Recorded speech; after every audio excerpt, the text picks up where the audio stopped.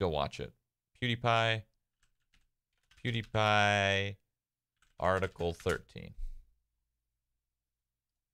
European Union did an oopsie. Post Malone did an oopsie. Blizzard did an oopsie. Super Whammon did an oopsie. Good evening, I'm Poppy.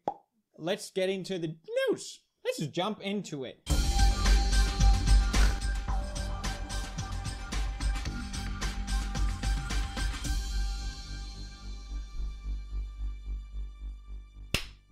Meme review. Article 13, as you guys know, from September 12th, got approved. That's right. Everyone press F for European Union. What did Article 13 say? Well, people were saying that now you can't upload footage if you go to a game match. You can't upload footage of memes, okay? They will restrict content in the European Union for everyone, for who uploads and whatever you can access. There will be a link tax for sharing links. What a great idea. Yeah, let's add that. Have we not suffered enough?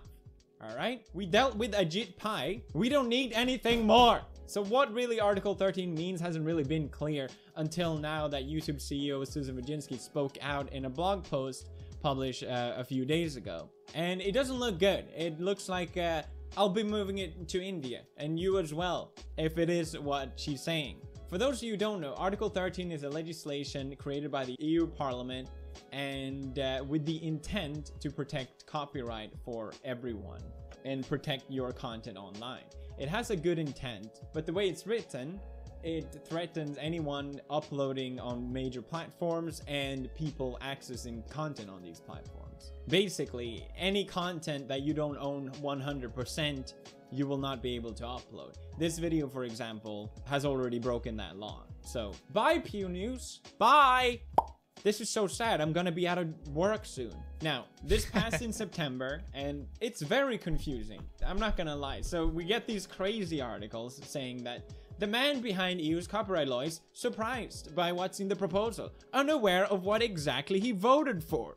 To be clear, he knows what he's voting for. The problem is that people are interpreting what the law means differently. This is what I think. But what Susan Wojcicki said in the blog post is that they support the goals of Article 13, but they say that the Parliament's approach to it is unrealistic, and that copyright holders often disagree on who owns the content, and YouTube can't really take responsibility for that, so they're just not gonna host the content. As an example, they bring up Despacito. Oh no, what am I gonna do without Despacito? Because apparently this song, I didn't know, contains multiple copyright. Maybe it has samples in it, I don't know. They're basically saying that no company would take this financial risk. It just wouldn't be worth for YouTube to host this type of content, so they would just block it. YouTube said that they have taken steps already to address copyright infringement. Content ID provides the best solution, and I can't believe I support Content ID because it's goddamn awful. I mean, I made a cover of Despacito and I got a copyright strike, so it's already pretty damn bad. Like, it was 20 seconds of a video that I lost all the revenue on. It was a 10-minute video that had nothing to do with Despacito, but that's how Content ID works. I can't imagine it being worse than that. So then YouTube went to Twitter to clarify sort of some of the things that Susan mentioned, and they're saying that YouTube would be forced to block millions of videos, existing and new ones, in the European Union. It would drastically limit the content that one can upload to the platform in Europe. So basically they're saying when this rule passes, we're just gonna block the content. So it's some pretty scary and dire consequences. It's not just for people uploading, it's also people watching. It's really weird. I was looking around and I saw a lot of artists actually support Article 13. You have James Blunt apparently. My name is James Blunt.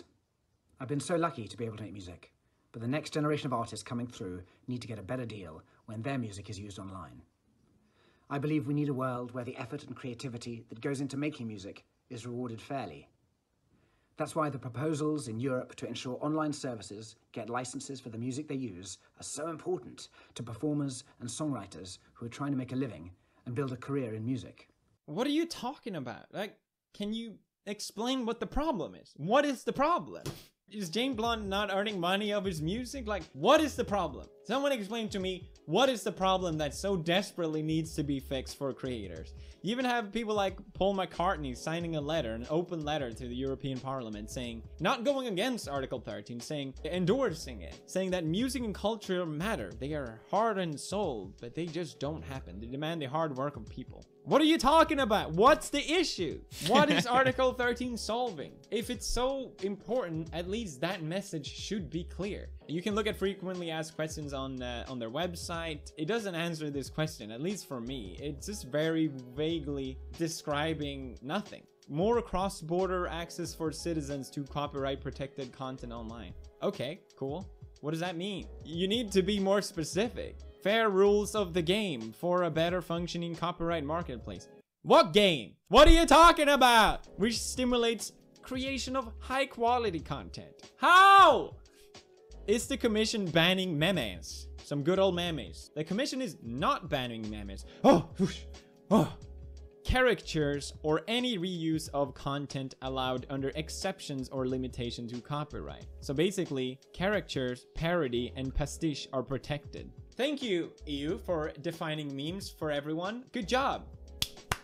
It's all caricatures and parody and pastiche. That's it. I can't wait for all the pastiche and caricatures. I don't trust EU Parliament to define what a meme is. I just don't. I don't trust anyone over 50 to tell me what's the best for the internet ecosystem, okay? The problem and the thing that worries me is that, as an example, this happened in Spain, I think a few years ago, where I don't know if this is necessarily true. I probably shouldn't talk about it, but people were saying that an article similar to Article 11, which is also very bad, was introduced into Spain, and it said that Google had to pay for news aggregation, but Google just decided to shut down Google News in Spain. So if you live in Spain, you can't use Google News because of this law that was added. And it worries me because I think they're just going to do the same thing now, instead of figuring out whatever it is. Because clearly EU wants you to do something, and they're saying, well, we're already doing, and what you're asking for is just enough that we can take responsibility, so we're just gonna shut down the whole thing. That's how I can best interpret this mess. So EU is saying, hey, what we're proposing isn't that bad, and Google is saying, yeah, it is, and you give us no choice, so we're just gonna have to nuke everything. So it is actually, in that regard, deeply concerning. To see where this is gonna go. I guess I'm gonna move to India. Maybe I'll start. Is this part of the reason why Forson's moving to America, or is he just moving to America because America's best country in the world? Like, what's going on? Start a music channel. Next news. Okay. All right. That was boring. I get it. But let's move on to something more fun. Something I really wanted to talk about last week. The Diablo Immortal press conference. Yeah, let's watch it. Diablo has brought millions of players around the world together to slay demons. Yeah, I love slaying demons. Whoa, what are those? Why do they look like that? Increasingly connected one. Our mobile devices keep us closer than ever to our friends, family. Why is he talking about phones? Why is the man talking about phones? And loved ones. So we knew we want to use mobile devices as the platform for a new Diablo game. Wait, did this video come out BlizzCon? November 15th. When was BlizzCon? Fuck, I don't remember when BlizzCon was. Was this like around the same time? I'm fucking all fucked up. This is a long video, dude. I'm gonna keep watching. Fuck it. Nothing brings a family together like slaying demons. Jesus Christ. We are so excited about this game. Now, I know hey.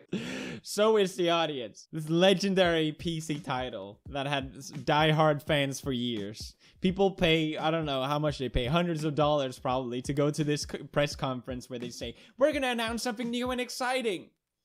It's a mobile phone game.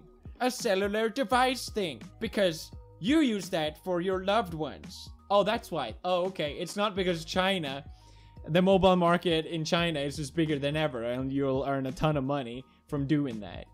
The best part about this is that they had a Q&A afterwards, and the reaction is just beautiful. Just was wondering, is God this damn it. an out-of-season April Fool's joke?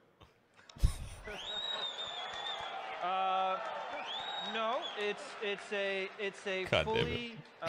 fully fledged Diablo experience on mobile, which No, it's a game that we're doing because Red shirt we guy. like connecting people and no other reason at all. We just like connecting people. It's all about connecting people. everybody will get to play.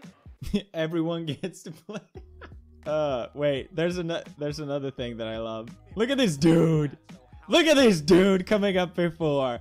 Absolute legend. Can you imagine if he were that? Damn, that would be the best marketing of all time. The difficulty curve to get in this game. I think See, he actually asked the question that you were supposed to ask, because they always screen you before. They're like, hey, what question do you want to ask him? Oh yeah, I want to ask him about the difficulty in the game. That's probably what that guy in the back did, and then he went, what the fuck? Is there any plans to make this playable on PC, or is this strictly mobile forever? Are there any? The current plan is to be on mobile, both Android and iOS. We don't have any plans at the moment. I like how he says it like it's a breakup. Like, are we like done for real, or is this like a thing? Strictly mobile forever. Domino's even made an ad just for this. This is not an out-of-season April Fool's joke. You will get a treasure chest when you purchase our pizzas. Jesus Christ. The desperation. You, of course, have people with the best take on this ever. April's Fool's joke? Oh, sit your fucking ass down. And people are applauding in the audience? You're all fucking babies. Yeah. All of you who applauded. You're all babies. You're rude, first of all. Yeah. But you're all fucking babies. Little 5 minutes of internet fame in your fucking video. It's disgusting. Yeah. And now you're fucking fuck you. Why you're does not it- doing why exactly is what we it- want. What what? do we want? It's like, grow up. It's so Grow up. gross. Just fucking grow up. So gross. Shut up, kids. Can we relax Shut a bit? the fuck up. Shut the fuck up, children. Shut up. I get that it's so easy to just point to all these fans and be like, oh, just grow up. Oh, it's just a game. Oh, you're not... if you don't like it, just don't play it. But it's like, they announced this thing. It's for fans to be excited. That's what these conferences are about. Oh, it's for monetization. It's for fan excitement. If they wanted to make a mobile game just to earn a bunch of money, just announce it somewhere else. Just announce it as... what are the other like tech conferences or something like that. This is a bad move. I'm sure the game is not that bad, but it's clearly not what people want. And if they're making a Diablo title 4 title anyway, just funny. It's just funny seeing all this. I don't know. It's probably just me. I feel like this is one of those things where Brad is watching this edit and he goes, this is really not that interesting, Felix. Okay, I'll move on. Oh, actually, speaking of Blizzard, you guys see this? So funny. And the winner is, well, this award goes to Epic Games. No, I'm Epic joking, Games I'm joking, won I'm joking, announcer. I'm joking. Epic Games won Developer of the Year, Publisher of the Year. Wow. It's a joke. It's a joke. It goes to Blizzard. Well done, Blizzard. Blizzard.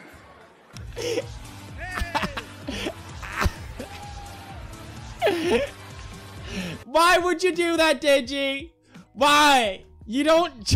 It's a joke. Epic Games. No, I'm joking. I'm joking. I'm joking. They went up and everything. Stupid YouTubers. I love it. Okay, let's move on to something more interesting. Washington Post decided that apparently that there's one post too many. Good joke, Felix. Post Malone is the perfect pop star for this American moment. That's not a compliment. Post Malone, you think you know. Bet you had no idea. He is literally Satan. Let's see what's wrong with Post Malone. You might know Post Malone as the SoundCloud rapper who went triple platinum for his debut track White Iverson. You might know him as the genre-bending artist combining country, grunge, hip-hop, and just about everything else. Or you may not know him at all, but you should. Malone is huge. I like how they had this kind of music. Where have I heard that type of music before? Just makes anything automatically like they're about to reveal the biggest thing ever. His album Stoney beat out Michael Jackson's Thriller for most weeks in top 10 on the top R&B hip-hop albums chart. This is the thing the media does, or people in general, I would say. They love to overplay your influence when it's convenient and underplay it at any point else. So if anyone messes up, they'll go like, oh, PewDiePie said this to 70 million people. I know I'm making this about me, but this is an example. When the video maybe gets like 4 million views, but 70 million people, I imagine just the negative impact. That we can't ignore this. So they're saying that he's bigger than Michael Jackson's Thriller, which he's not.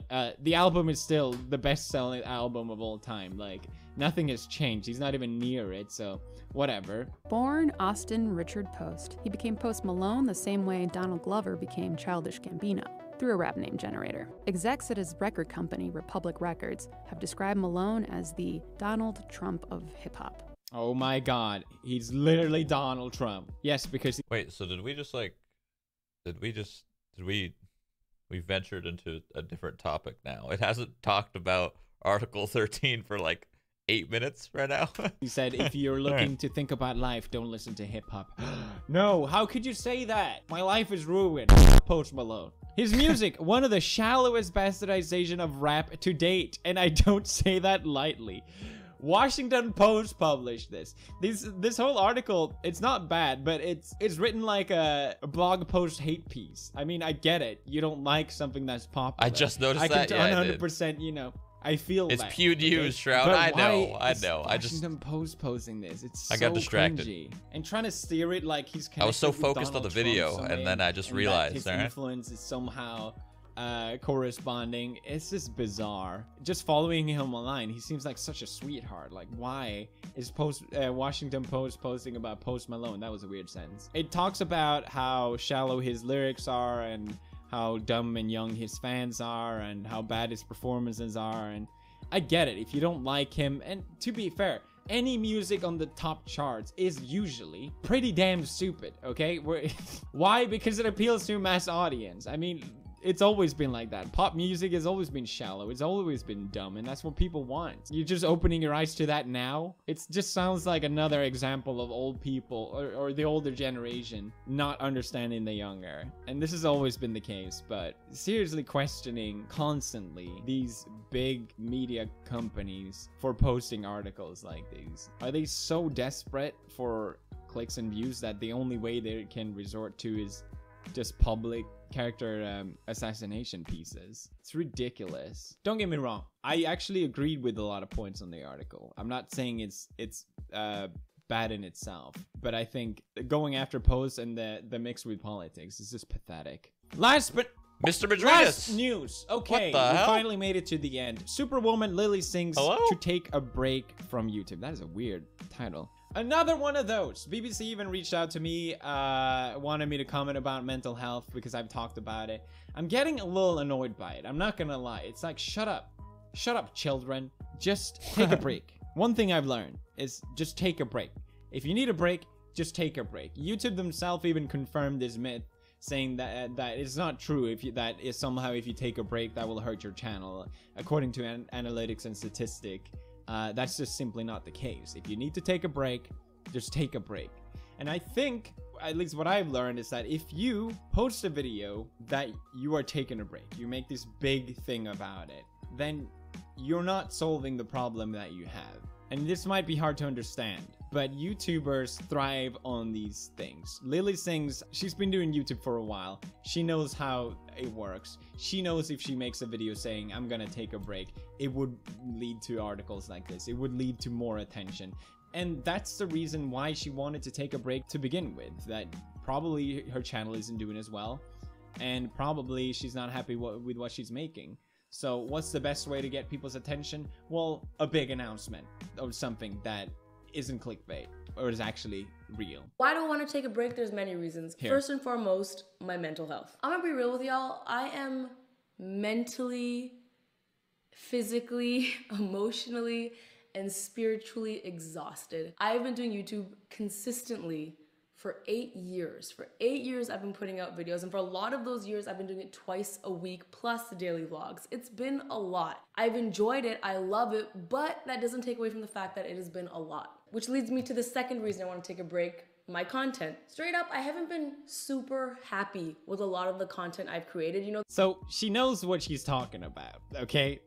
Talking to a lot of YouTubers, from my own experience, if you are feeling overwhelmed, just like I said, just take a break. Stop trying to monetize everything. That's the problem. Not every decision you make has to be for your YouTube channel. But that's the mentality of YouTubers. That's how a lot of us live our life, you know? So I understand that it's hard to let go of that, but I think it's annoying seeing these kind of like praise for making a statement about taking a break, because now that is just gonna be a further trend, I think. Moving forward, since now this is an approved clickbait by BBC News.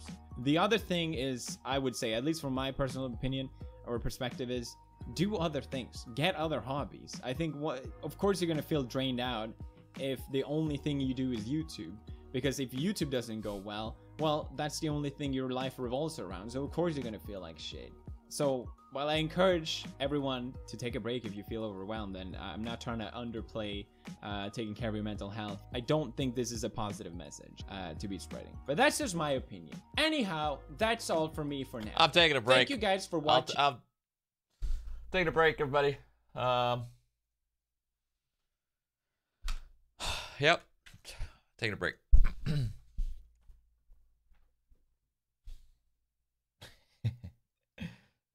That felt like a good time. The video was over, so.